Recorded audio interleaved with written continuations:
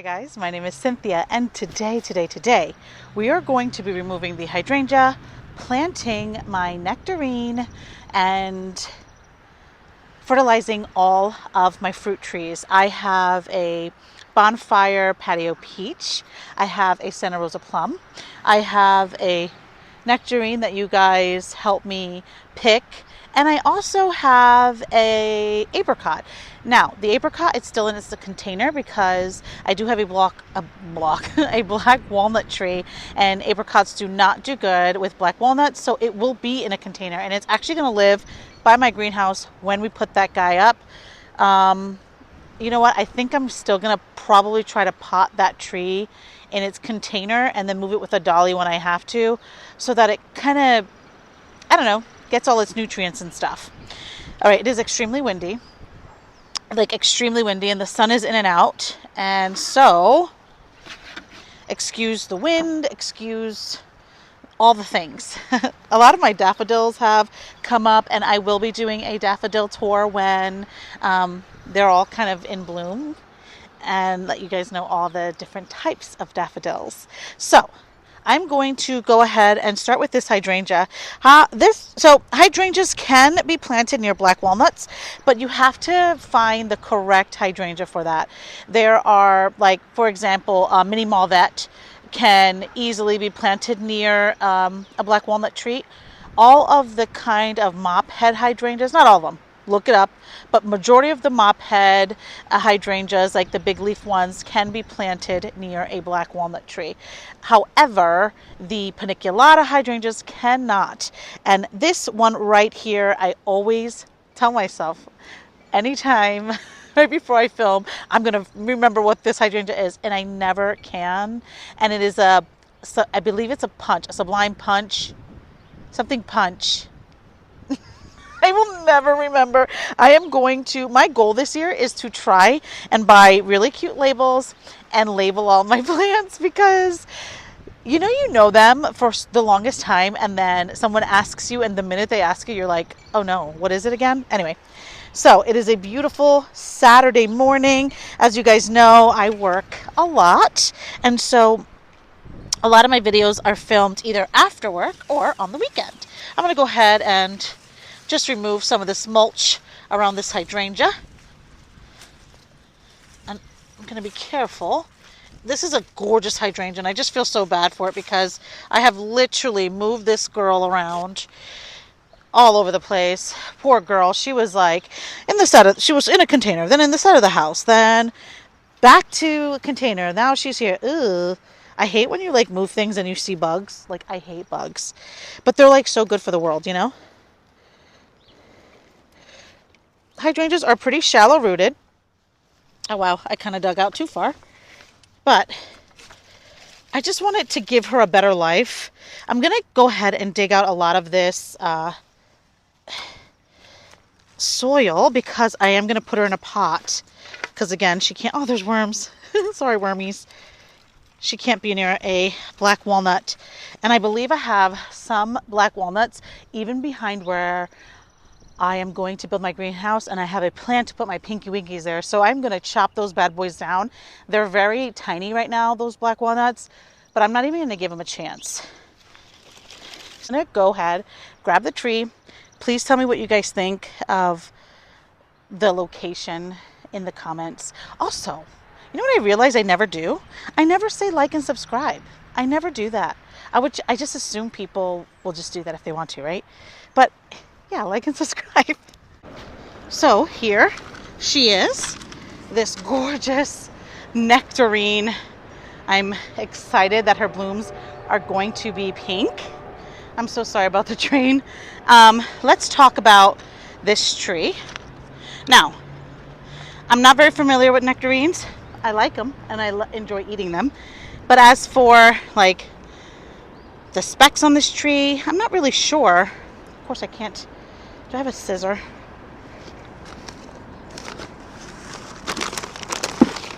I can't believe I didn't bring anything to cut with. Who does that?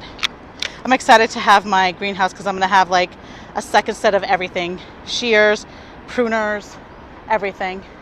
Alrighty, so I finally got the string off of that. Let's talk about some specs of this tree. This is a hearted nectarine. It's a semi-dwarf tree. Show you the tag. There you go. And the reason why I chose this tree is because the description of it basically said that it was, disease resistant. It isn't going to get rot, or what did they call it? What did they say? I'll put it up on the screen because I when I filmed the video of picking out the tree, I kind of like talked about why I chose this one to begin with, because I just didn't want to deal with any real issues. And so this is hardy down to zone 5, and its large size would be 10 to 12 feet tall to 10 to 12 feet wide, which is kind of large. I am going to continue to keep this tree extremely pruned because I want to be able to reach all the fruit, and I really don't need it to cast shade on the rest of my garden. So it's saying to fertilize in the spring, obviously. So this says, this outstanding plum is also a great looking small tree loaded with small pink flowers in early May, flowered by masses of large red/yellow skinned yellow flesh fruit that is perfect for canning, baking, and fresh eating. July ripening. And it says benefits: a heavy producer of fruit for the home orchard. Fruit is excellent for canning, fresh eating. It says the same thing. It says how to prune. Thrives in full sun. Feed yearly with organic fertilizer. Prune in late winter to remove branches and improve airflow. Perfect. All right, guys, so let's get started with what I'm going to use to fertilize. First and foremost, I'm always going to start with Biotone Starter Fertilizer. This is just going to promote some root growth, which is extremely important. I recommend, if you can only buy one, I would buy Biotone Starter Fertilizer for your garden. And if you can buy two, do Plant Tone. Plant Tone will feed everything and anything. If you don't have Tree Tone for your trees, Plant Tone is always the way to go. So I like to fertilize my trees twice a year. I do in the spring, and then I do when I start to see the fruit setting. Now it says here, I don't know, actually it doesn't even, I'm pretty sure it says like how many times you should fertilize. I always fertilize twice a season. And it has directions. It tells you exactly how much to use, when to use it, so on and so forth. But I never follow the directions because it is a spoma and it is organic, and therefore, it's never going to burn your roots. So it's super, super safe to use, and it is going to, slowly fertilize your plants. So I know that I dug out my hydrangea from this section here, and I probably should not have put the mulch back. Probably a bad idea. Maybe let's move some of that mulch again. I do have Veronica right down here, and I'm probably going to have to move it. I am going to put it over by the house garden.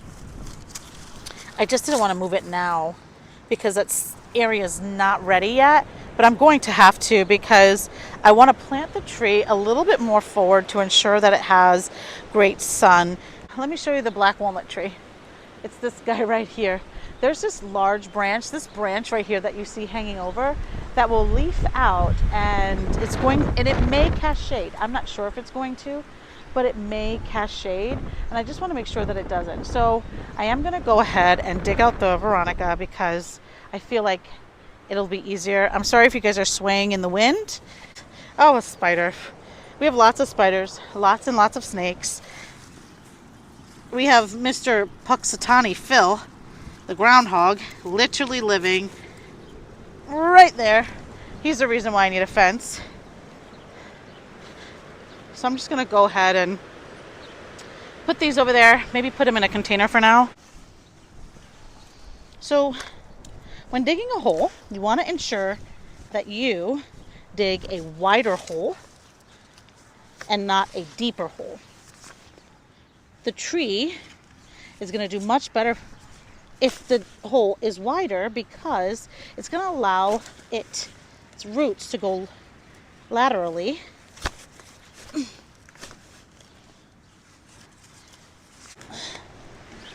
we go.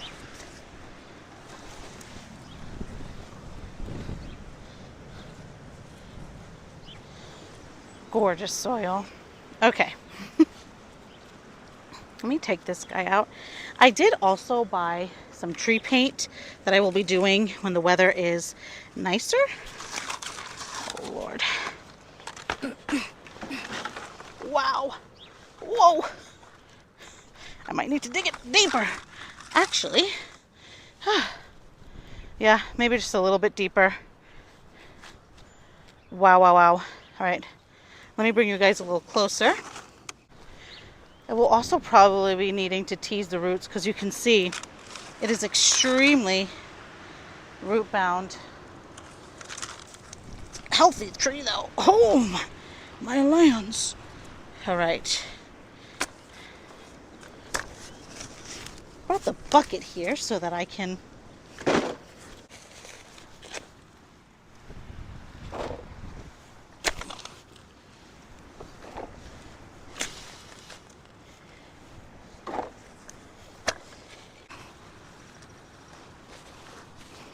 now the roots will always find a way, so you don't ever have to tease if you don't want to. Let me see if this is deep enough. This is in fact the perfect depth because it's going to be above soil just a little bit, but I am going to mulch it. Also, you see this tree flare right here? You never want to bury this. This is a graft of the tree, and you never want to have that buried. All right, let me put some fertilizer in now. I used to do this thing where I would fertilize before checking if the depth of my hole was good enough. And then I'd have to do some more digging and remove a lot of my fertilizer.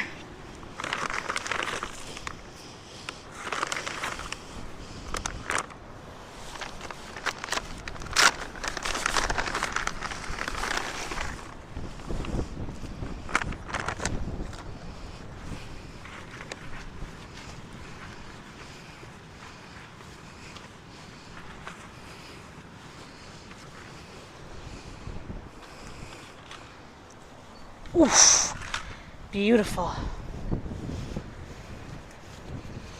I'm just looking at it to see how I like it, the direction I'd like it to go. I'm going to remove this for now. This is this little plastic thing that they do protects it from getting, you know, trunk burn, scald, all that stuff. But I am going to put a paint on my trees this year, so I'm not going to need that. I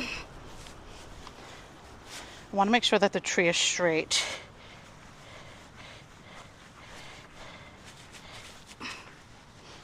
And you'll see when I plant something in, before I just dump it in, I just like to make sure that the soil is tucked in way at the bottom before dumping all of the soil on it. I'm trying to see if I like the shape of that, or not the shape, the way it's planted. Yeah, I do. Alrighty. Just want to make sure that the biotone and the tree tone are around. And sometimes, just for some added seasoning, I add just a little bit more of both. Now, or how to fertilize anything, they say to put it around the drip line. Now, you want to look at the branching of the tree. This tree is pretty narrow, so the drip line for me is not that far away. The drip line for this tree is about here. I don't know if you can see what I'm doing. Actually, right about where the other dirt is.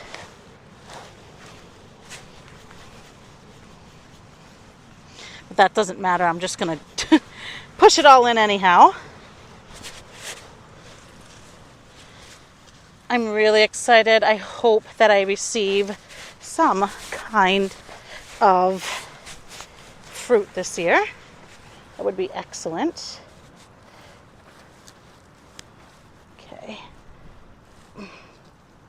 What's this? What is this? This is an allium. Oh, it was. That's okay. Not this year. Just want to make sure it wasn't a weed that I was just keeping alive, thinking it was something important, and it wasn't.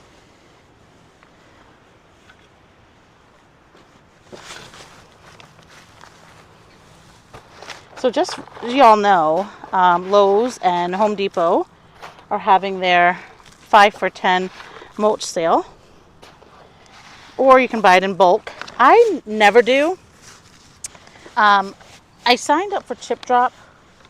I'm hoping that I get it this year. It never came to me last year. I was so upset. But I know my neighbor's going to take down a tree. And I'm hoping that when she does, because she had the tree guy here, and because we have like really strong winds sometimes, and like today, trees fall down all the time. And I will ask the tree guy to just chip it and leave it for me. And I'm sure he'll be happy that he won't have to find a place to haul it.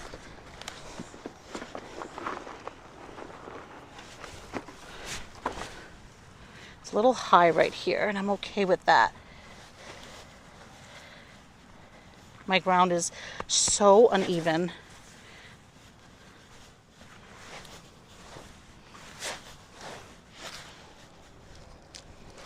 Anytime I find dirt hidden in the soil, or not dirt, I'm sorry, trash hidden in the soil, I pick it up. All right. Now let's heel her in and see if I need to add any more soil. I always err on the caution of planting higher.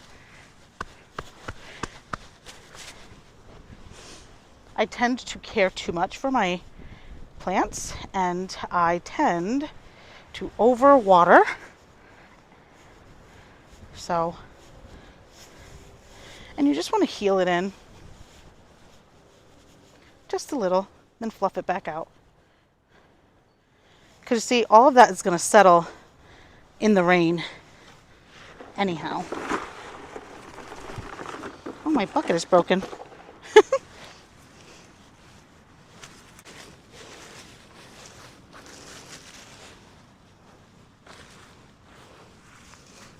I'll come around later with some mulch.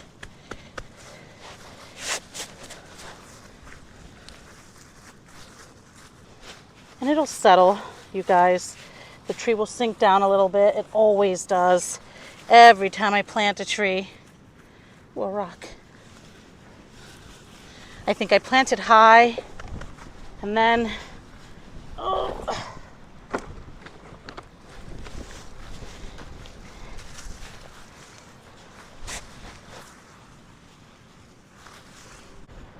so there she is, looking beautiful. And I know you probably thought when you were up close that it was super high, and it's not. When you look at the ground around it, the tree is absolutely beautiful.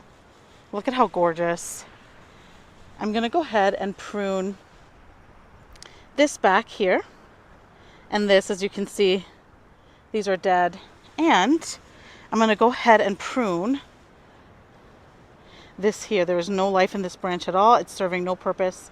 This down here, these two, or three, sorry, 1, 2, and 3 are going to go, because it really truly is not serving any purpose.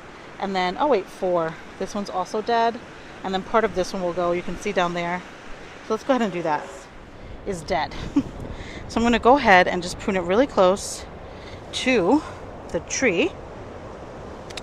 Not too close. Maybe that could have been a little bit, yeah, right here. That's perfect.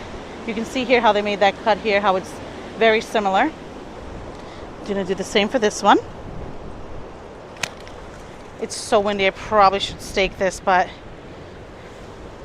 I do not have a stake. I don't know if you can see my cuts here, but this is all dead. Right in through here. I'll focus. It won't focus. See that? How this is all dead? So I'm going to cut right here. And this is also all dead right above this growth point. So I'm going to cut right above it.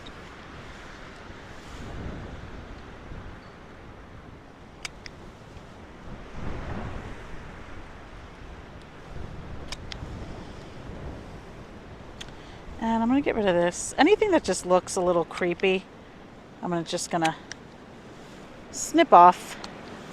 No reason to have anything unsightly on your tree. I think it looks great. I do not think it's too high at all.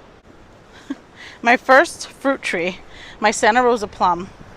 I think she's wonderful. So again, around the tree line, this is also a very narrow tree. I keep a lot of my trees limbed up, or limbed tightly. I know you're like, Cynthia, that is an awful lot. It is. She's a very big tree.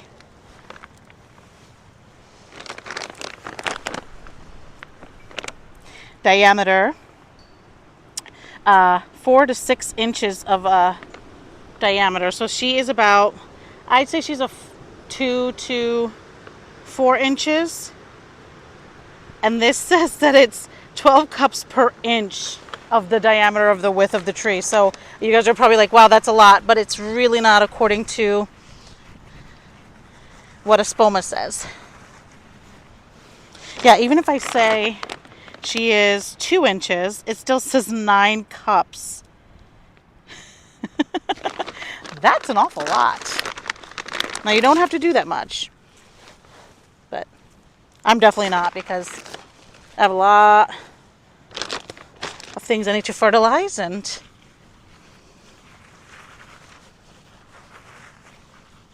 her trunk will be painted this year also. So